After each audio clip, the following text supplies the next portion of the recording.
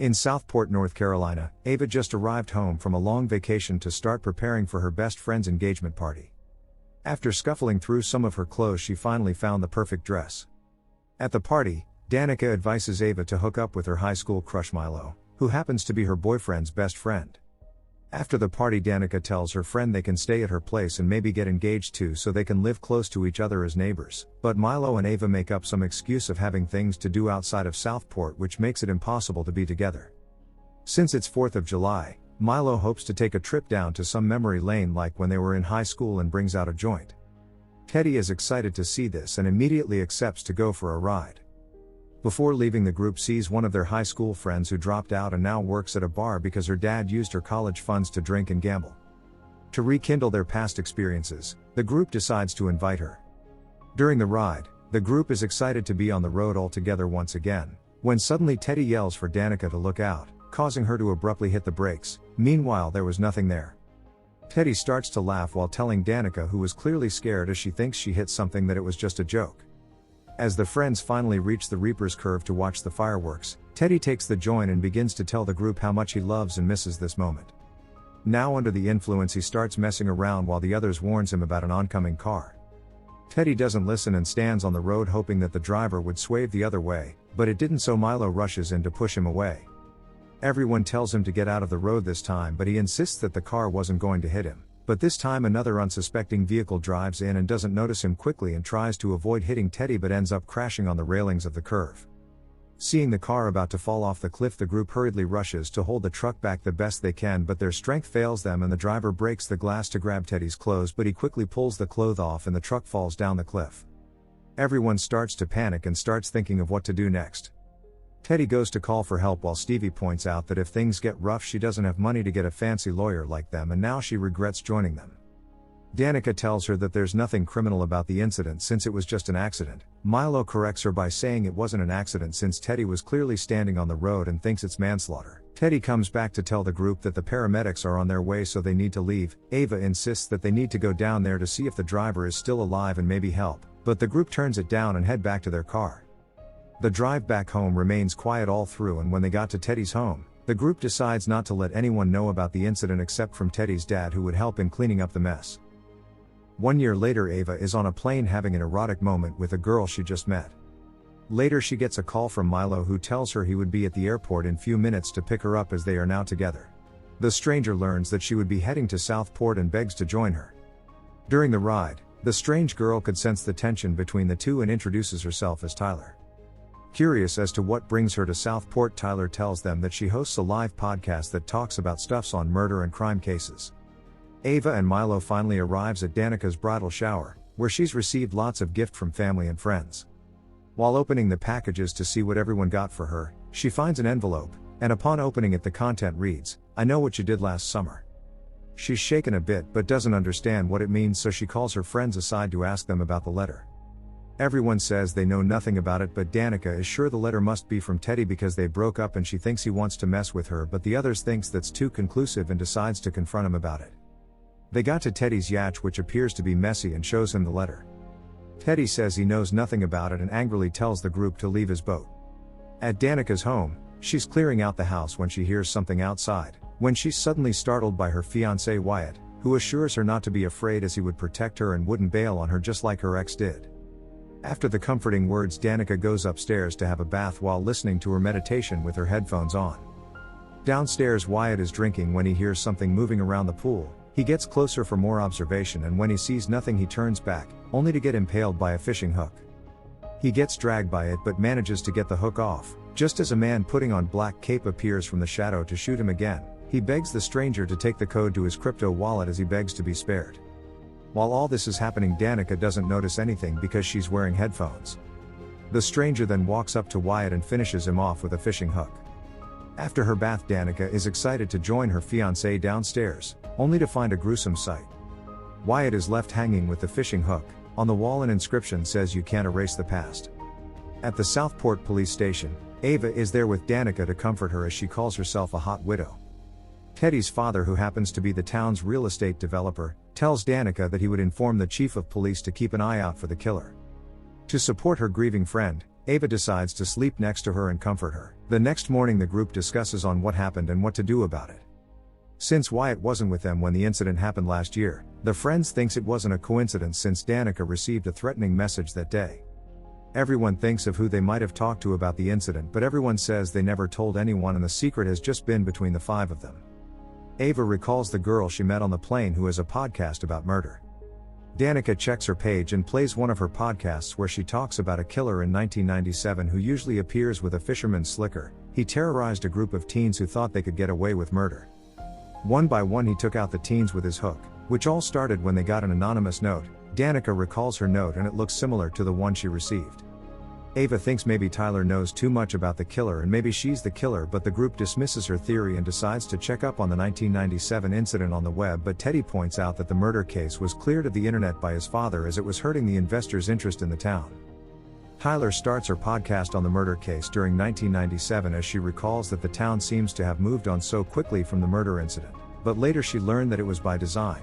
After real estate prices plummeted in the wake of the murders, Teddy's father used the opportunity to turn the town to a very beautiful place for tourists to even spend their vacation there. Later we see Ava joining Tyler as they check out the Bayside house where the 1997 teen's murder took place.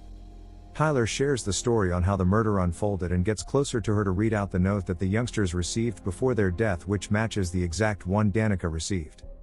Turns out that two teenagers survived the attack and one of them is Julie, who teaches at a high school.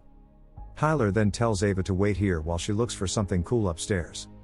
Scared of the eerie environment, Ava sends a text to the group chat asking someone to come meet her. When she turns around she finds a menacing look with a fishing hook. She thinks it's Tyler and tells her to quit messing around, only to find Tyler behind the stranger. The stranger begins to swing his hook at Ava, who manages to dodge the attacks while Tyler runs to check for an opening. Ava grabs a knife and slashes it on the killer before running to hide in a compartment and uses the door to knock him unconscious. The killer has disappeared, so she comes out of hiding. Tyler soon joins her and they both try to look for an exit, only for Ava to get trapped with a cage. Tyler tries to help her but Ava tells her to save herself. Tyler finds a manual lift and starts pulling on the lever to climb up, but the killer eventually catches up and starts using his hook to try to capture her. Meanwhile, Ava manages to unscrew the locks on the cage to escape, where she finally opens one of the door to run out, where she meets Stevie. Tyler makes it to another apartment in the building but eventually gets cornered by the killer, and cries out that she's his biggest fan but gets hooked instead, and her body is left dangling on the street for everyone to see. Since the group are not getting any answers nor solutions from the cops because they only answer to Grant, they all decided to find someone that would help. At Huffman High School, Julie just finished teaching a class when Ava approaches her to ask for her help on the recent attacks. Julie thinks she's joking, but after hearing the killer had a hook and some of her friends are dead after an encounter, and they received a note, Julie asks what they did last summer. Ava begs Julie to come with her to Southport so they can work together with the police to find a solution, and Julie tells her that she made a promise to herself not to go back to Southport since no one listened to her back then. She believes no one would do so now. She further tells Ava that she can't run nor hide, the only way to out is to find whoever it is before they get them. At the town hall, Grant and the chief of police ruled out what happened to Tyler as a mental problem and acted to harm herself. Ava calls out the bias, and Milo joins in to point out the gruesome murder of Wyatt, Danica's fiancé. Ava also mentions that she was chased down by someone wearing a fisherman's slicker carrying a hook, causing more tension amongst the town people. She even goes further to mention the accident on 4th of July, but Grant cuts in to tell everyone that the driver was a drug addict and was under the influence when he had the accident. At that moment a man walks into the hall to tell Grant and Chief to listen to the kids. This is Ray and he was one of the teens that survived the murder incident in 1997. Grant points out that the event happened decades ago and the town is different now, as he assures everyone that they would work hard to make everyone feel safe again, and ends the meeting by introducing Pastor Judas to say a closing prayer. Later, at Ray's bar, Stevie didn't know her boss was one of the survivors and decides to open up about their situation to him. Turns out Julie and Ray were married but eventually got divorced. Finding solutions to their current situation, Teddy tells everyone maybe they should get into his boat and disappear out of the town, but Ray says it's a very bad idea. Ray tells the group to look for a way to find the details of the man that died on that day, and the only way to find it is to go to the pound station where they can find the truck. At the junkyard, the group meets with the man in charge, and since they don't have the truck's plate number or any means of identifying the car, they've come to check. Ava puts up an act where she pretends it's her brother that had an accident and the man falls for it. After he pulls out the record, the group is shocked to learn that the truck belongs to Pastor Judah. At a graveyard, Teddy and Danica are looking for the grave of the truck driver when they noticed one of the grave written Sam Cooper had a freshly delivered flower. They beg the caretaker to check the camera to see if he can find the person that brought the flowers, and when he goes to check, the killer appears behind the caretaker to kill him before disconnecting the surveillance camera. After several minutes of waiting and the caretaker hasn't returned, Teddy decides to go look for him. After he leaves, Danica is standing all alone when the killer appears behind her. He tries slashing her, but Danica manages to evade his attacks and runs to a warehouse, and the killer follows her and drags her out of her hiding spot. Danica starts to beg to be spared, but the killer pushes her head on a platform and prepares to end her, only for Teddy to show up and take him out. When he checks on Danica to see if she's alright and turns back, the killer is gone. Julie is sitting quietly at home when her AI assistant tells her that someone is on her front porch. She grabs a scissors as a weapon, and as she approaches the door, turns out it's just Ray who's come to check up on her. At Danica's home, everyone decides to stay together to protect each other. While Danica and Teddy shares the same room, Milo and Ava shares the guest room. As they are about to get naughty, Milo gets uncomfortable and goes to his car to get his phone charger when he's suddenly attacked by the killer, who ties a rope around his neck and strangles him to death. Ava comes out to look for him, only to find his car leaving the compound. Ava starts to cry as she thinks he's left her and begs him to call her back. The next day, Ava and Danica goes to the church to look for Pastor Judah, and when they don't find him, Danica pretends she wants to use the restroom and sneaks into the pastor's office, where she finds out that Sam Cooper, the man that died during the night of 4th of July, was a member of the church. Danica manages to hide before the pastor got to the office. Ava and Danica immediately goes to the police to report that Pastor Judah is hiding something, so they need to investigate him. Later we see the chief of police calling Grant to inform him about what the girls told him, and Mr. Grant instructs the officer to lock them up for the night. That evening, Teddy is home relaxing when he notices something. When he goes to check it out, he's suddenly stabbed from behind by the fisherman. Since Teddy is built for this type of encounter, he manages to put up a good fight, but unfortunately the stabs are too much and he starts to bleed out. He calls out for help, but his parents couldn't hear him because of the fireworks. When Grant finally finds him, Teddy is already bleeding to death. Teddy tries to warn his dad about the killer, but it's already late. The next morning, the Southport town is greeted by a gruesome sight. At the door, Teddy and his father are left hanging like a sampled fish.